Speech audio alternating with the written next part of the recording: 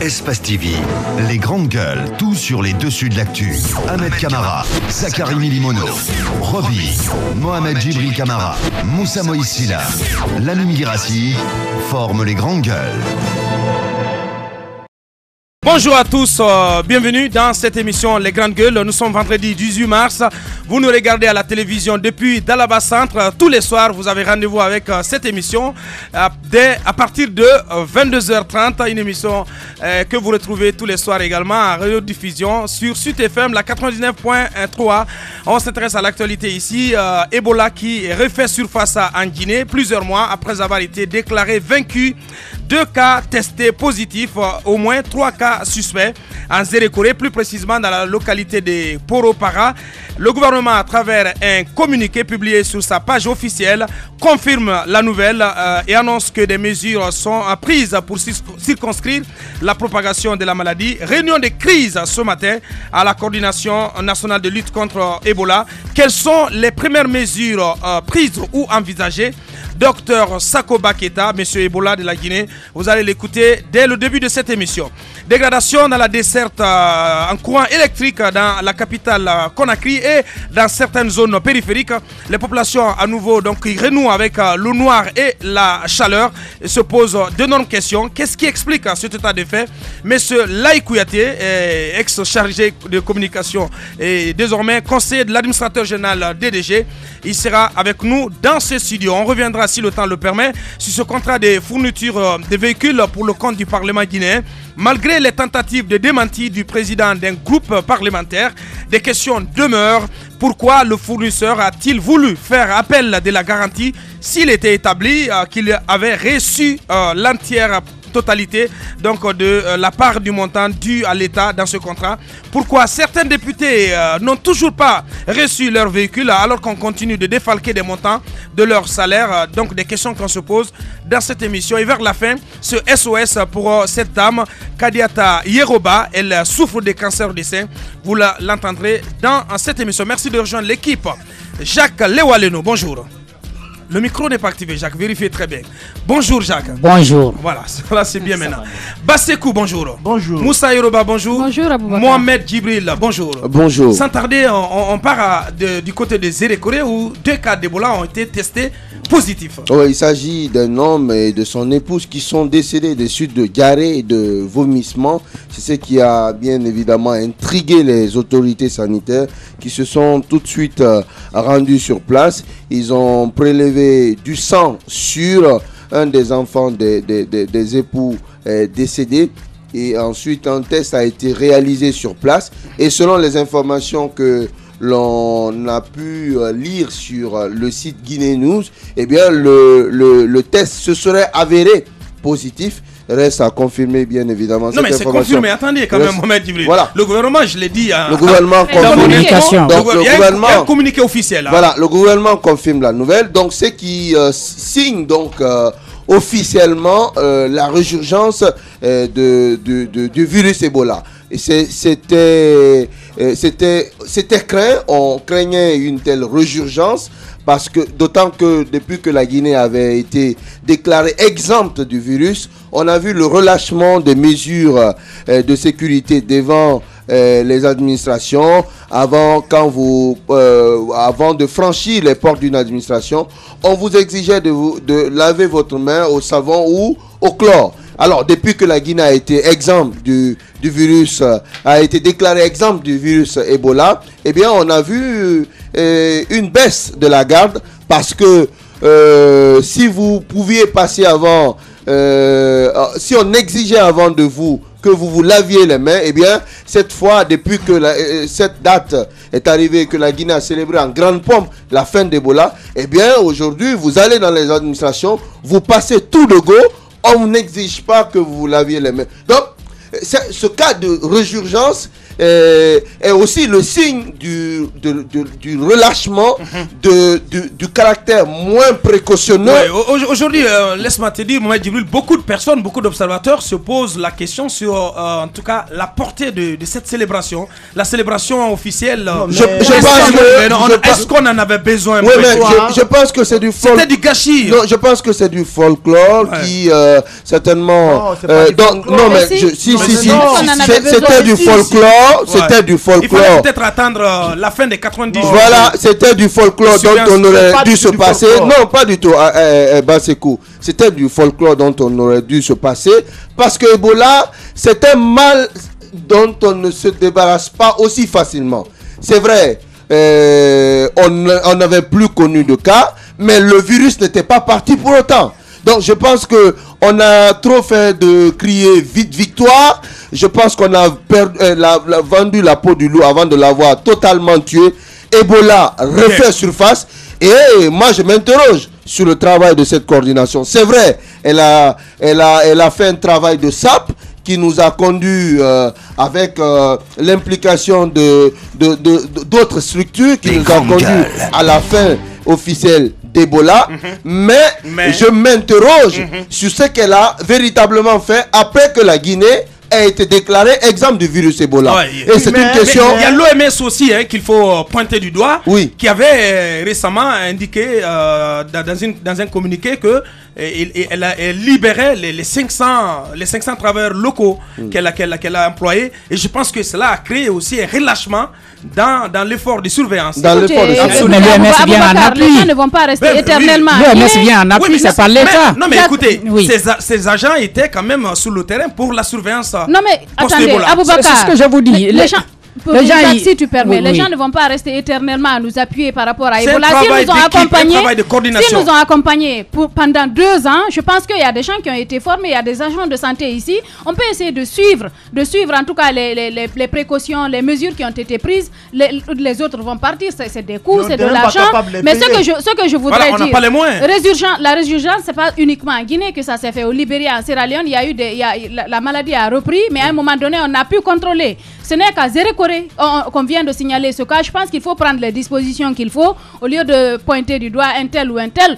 On sait que Ebola ne part pas comme ça. On a vu le cas de cette infirmière espagnole, je crois, qui est partie, qu'on a déclarée guérie, mais qui a rechuté à un moment donné. C'est une maladie dont on ne peut pas se débarrasser facilement. Il faut le reconnaître. L'essentiel, c'est de pouvoir, je ne sais pas, canaliser. En tout cas, là où on sait qu'on a décelé le cas. Il ne faut pas qu'on fasse comme on l'avait fait en 2014, qu'on laisse la maladie se propager. Je pense qu'il faut prendre les dispositions.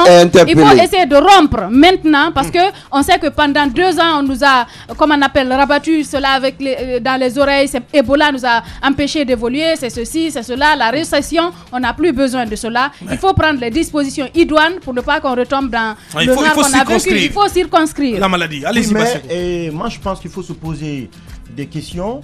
La première, c'est comment ce couple a pu contracter cette maladie Ebola après que la Guinée, en tout cas, a été déclarée, après que l'OMS ait déclaré, en tout cas, que la Guinée, l'épidémie est complètement boostée hors du pays.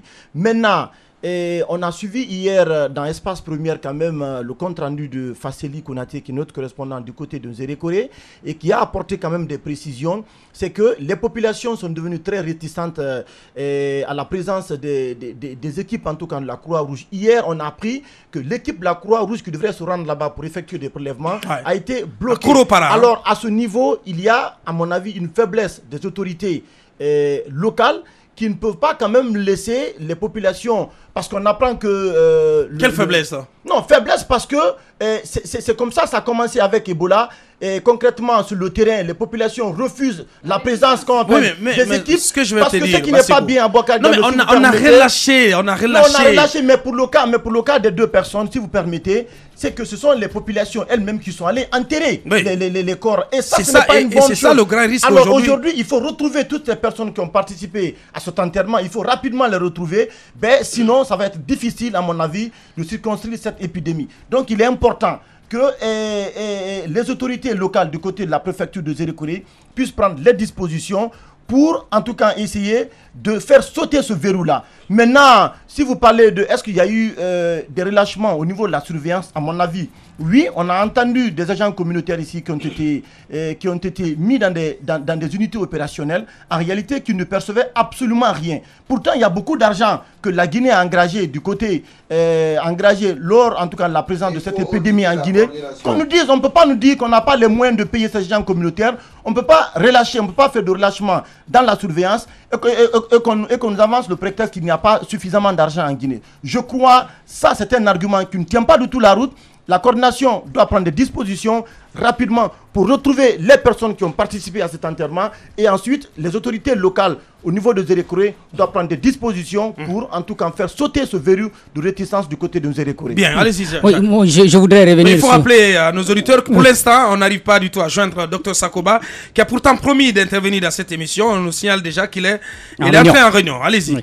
Oui, je voudrais revenir sur la question de Bassekou qui me semble très importante. Comment ces deux personnes ont pu contracter le virus? C'est le mystère pour l'instant. Ouais. Tant qu'on ne connaît pas les causes, il va être difficile de circonscrire la maladie. Parce que on sait pour la première fois quand le premier cas s'est déclaré en Guinée, on nous a dit que c'est un enfant qui était entré en contact avec une chauve-souris. Est-ce que c'est le cas aujourd'hui? Ou alors, à Zérékoré, à Koropara, dans la sous-préfecture en question, l'épidémie est vraiment restée intacte. Donc, il va falloir, si vous voulez prendre des dispositions qu'il faut pour retrouver davantage. Je trouve déjà dans le communiqué, on informe qu'il y a 3 cas suspects. C'est quand même très petit par rapport à un groupe qui participerait à l'enterrement dans un village.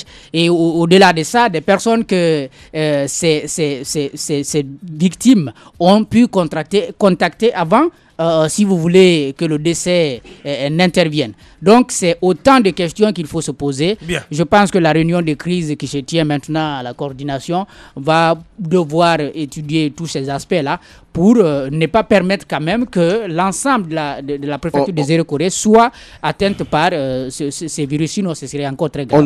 On aurait bien aimé écouter, et c'est dommage d'ailleurs, c'est regrettable.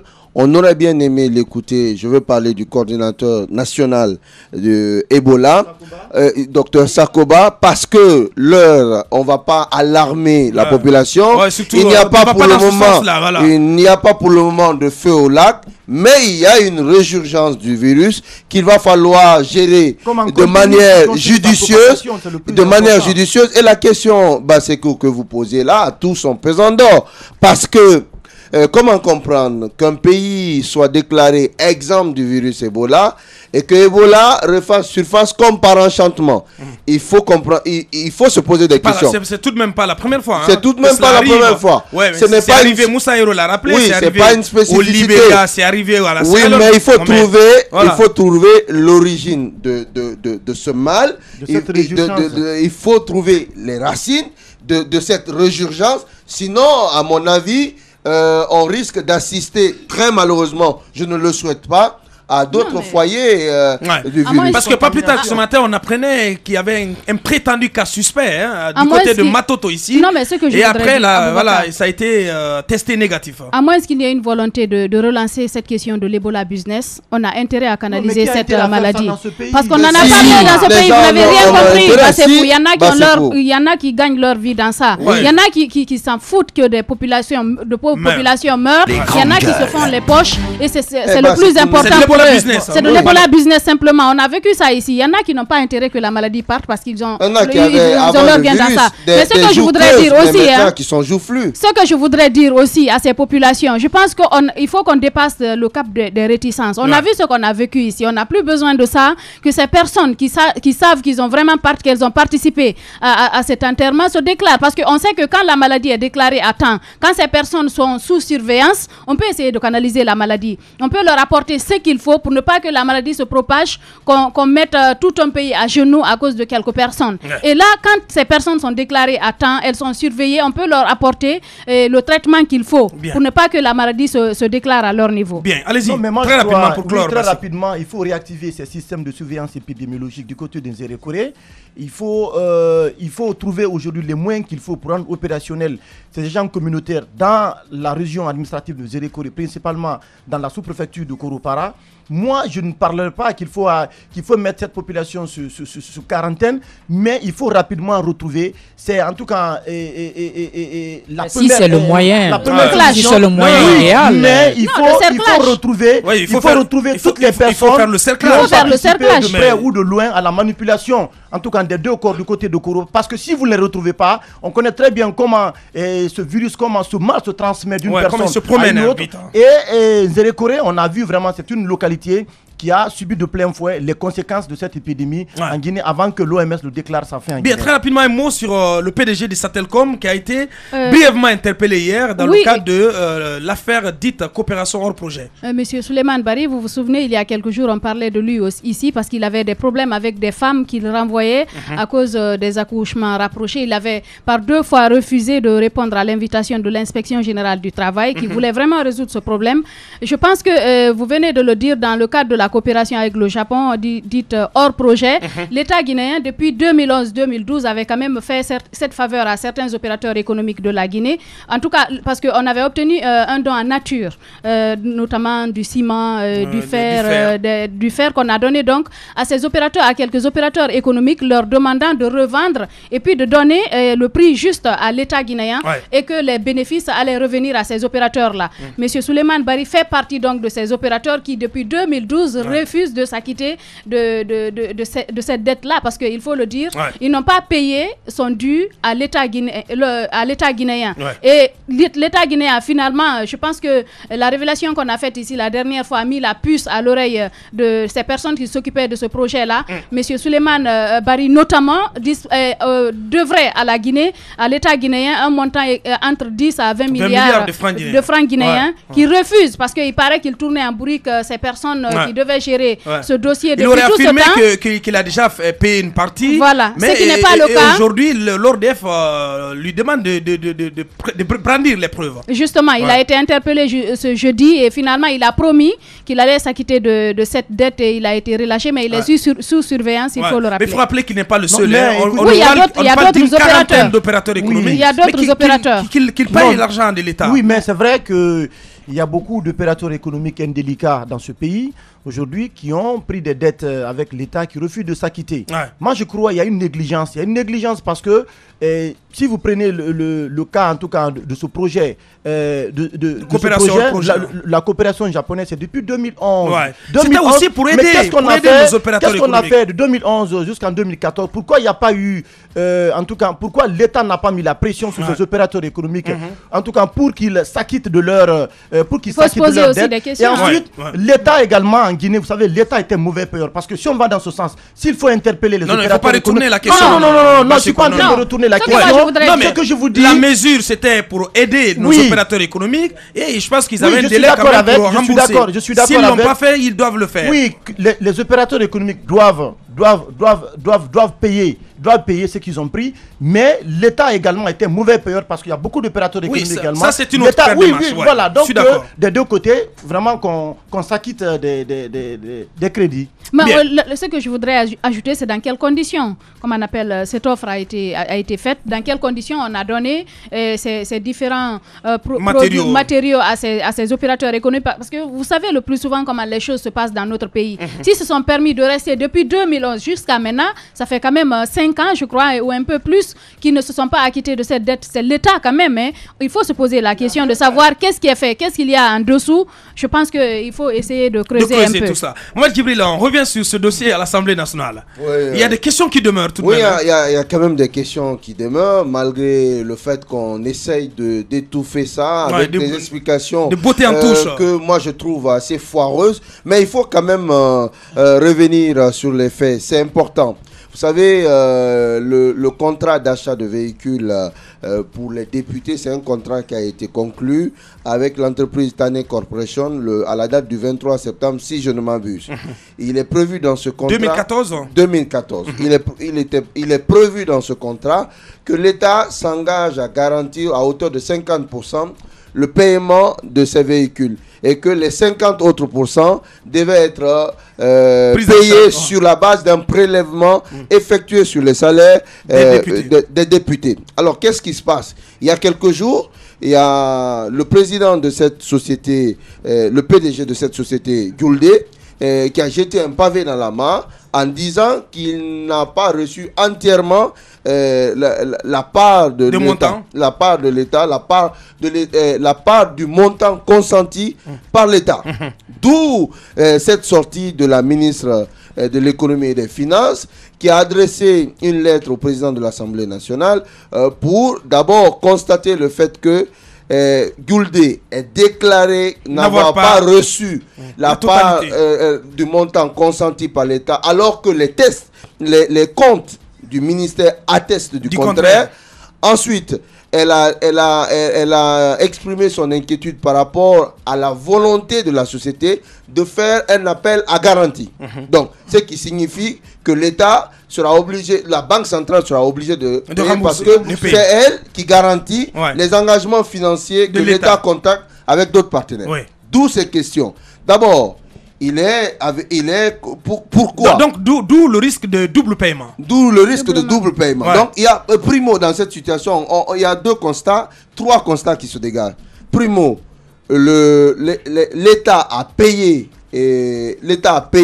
la société, et alors que le PDG de cette société déclare n'avoir pas reçu la part du montant consenti. Mais où sont partis les montants? Deuxièmement, non, c'est important. Deuxièmement, l'appel à garantie, l'appel à garantie suppose qu'il y a un flou, une sorte de flou artificiel autour de cette affaire.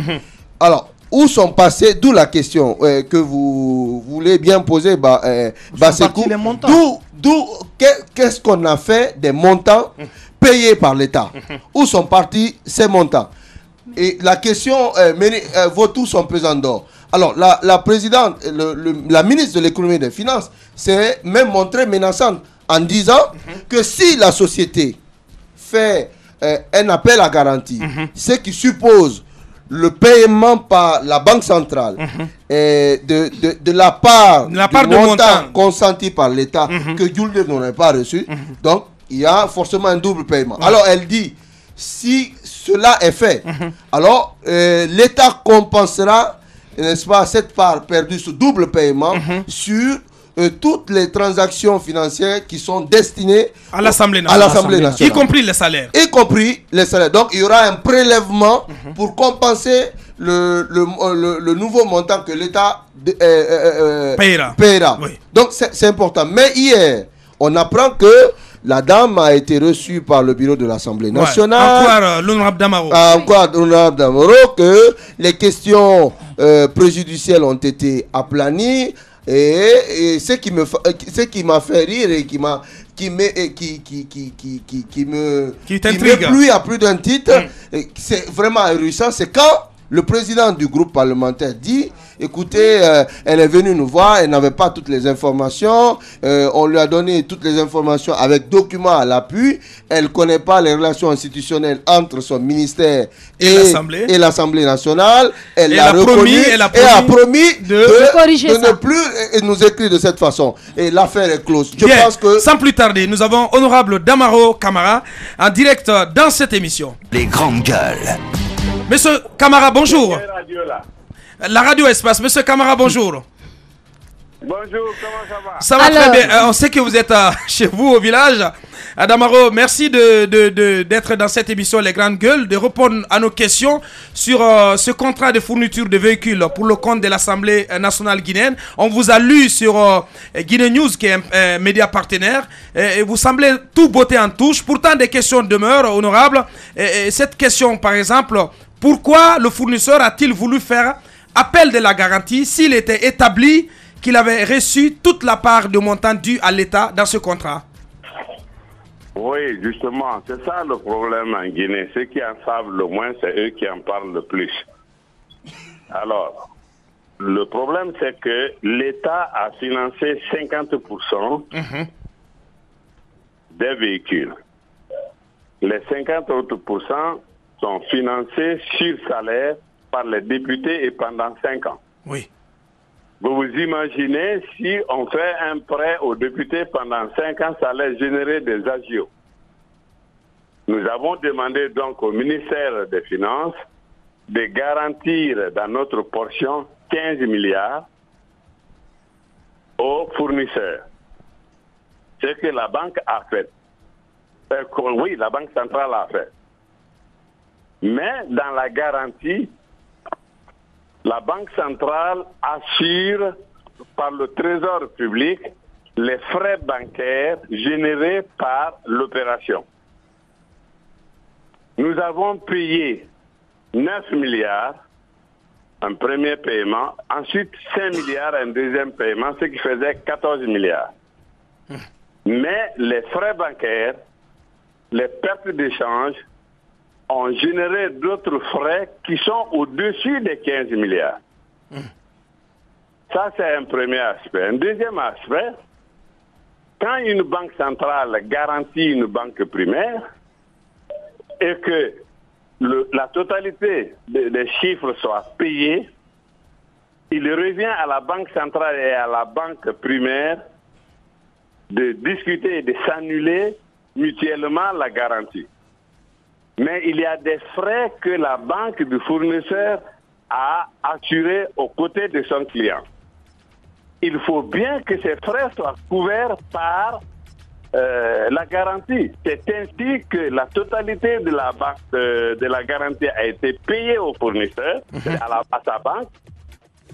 Et après couverture des frais générés par l'opération, un autre chèque a été émis pour la différence en faveur du Trésor public. C'est aussi simple que ça. On fait de la spéculation parce que, premièrement, la jeune dame des Finances n'avait pas toute l'information. Eh bien. Et comme à l'orée de chaque session des lois, il y en a qui veulent rentrer dans le bureau, mais par des portes dérobées. Eh bien. On a pris cette lettre-là, on a fait des copies, on a distribué à des députés en leur disant « Regardez, le bureau a fait ceci, le bureau a fait cela ». Nous avons gentiment invité la dame des Finances. Nous nous sommes expliqués. Elle a compris. Et tout est rentré dans l'ordre. Mais tout est rentré dans l'ordre. Ouais. Si vous permettez, honorable, derrière l'écran publicitaire, on va vous reprendre parce que il y en a encore des députés qui n'ont pas reçu leur véhicule. Donc vous restez en repérage. Honorable Amadou Damaro Kamara, donc en direct depuis Kerouani, dans cette émission. Continuez à réagir au GG 8037 ou 657 39 13 où vous allez sur les réseaux sociaux, sur Twitter ou sur Facebook. Dans un instant, toute l'équipe revient. Il y a le snobisme des fines gueules et la rudesse des gueules de bois. L'infortune des gueules moins propres à la douleur des gueules cassées. Il y a les jeux d'esprit des drôles de gueules, le piquant des amuse-gueules. Mais par-dessus tout, il y a l'audace et la pugnacité des grandes gueules de Radio Espace. Exubérantes et effrénées, rarement politiquement correctes et toujours excessives, les grandes gueules plus que jamais déterminées. Grandes gueules à vie. Seul le Tout-Puissant pourra nous faire taire. Bienvenue chez les GG de Radio Espace Guinée.